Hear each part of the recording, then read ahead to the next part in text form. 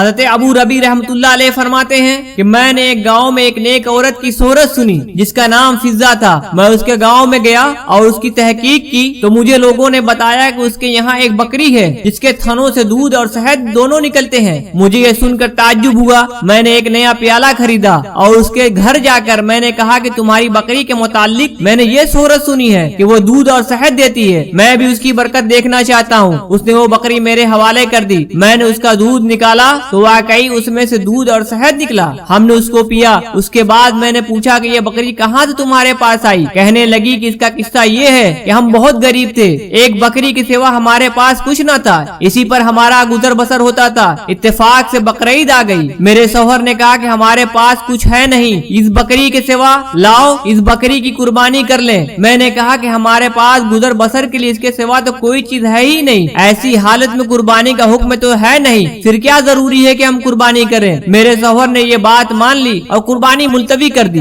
اس کے بعد اتفاق سے اسی دن ہمارے یہاں ایک مہمان آ گیا تو میں نے اپنے شوہر سے کہا کہ مہمان کے اکرام کا تو حکم ہے اور کوئی چیز تو آج ہمارے پاس ہے نہیں، اس بکری ہی کو ذبح کر لو۔ میرے شوہر اس بکری کو ذبح کرنے لگے۔ مجھے یہ خیال ہوا کہ میرے چھوٹے چھوٹے بچے اس بکری کو ذبح ہوتے دیکھ کر رونے لگیں گے، اس لیے میں نے کہا کہ باہر لے جا کر دیوار کی آڑ میں ذبح کر لو، بچے نہ دیکھیں۔ وہ باہر لے گئے اور جب اس پر چھری چلائی تو یہ بکری ہمارے دیوار کے اوپر کھڑی تھی اور وہاں سے خود اتر کر مکان کے صحن میں آ گئی۔ مجھے یہ خیال ہوا کہ شاید وہ بکری میرے شوہر کے ہاتھ سے چھوٹ گئی ہوگی۔ میں اس کو دیکھنے باہر گئی تو میرے شوہر اس بکری کی کھال کھینچ رہے تھے۔ میں نے اپنے شوہر سے کہا کہ کیا بعید ہے کہ حق تعالیٰ شانہ نے اس کا بدل ہمیں عطا فرمایا ہو، یہ وہ بکری ہے جو دودھ اور شہد دیتی ہے، یہ سب کچھ محض مہمان کے کرام کی وجہ سے ہے۔ پھر وہ عورت کہنے لگی کہ اے میرے بچوں، یہ بکری دلوں میں چرتی ہے، اگر تمہارے دل نیک رہیں گے تو اس کا دودھ بھی اچھا رہے گا، اور اگر تمہارے دل میں کھوٹ آ گیا تو اس کا دودھ بھی خراب ہو جائے گا۔ اپنے دلوں کو اچھا رکھو، ہر چیز تمہارے لیے اچھی بن جائے گی۔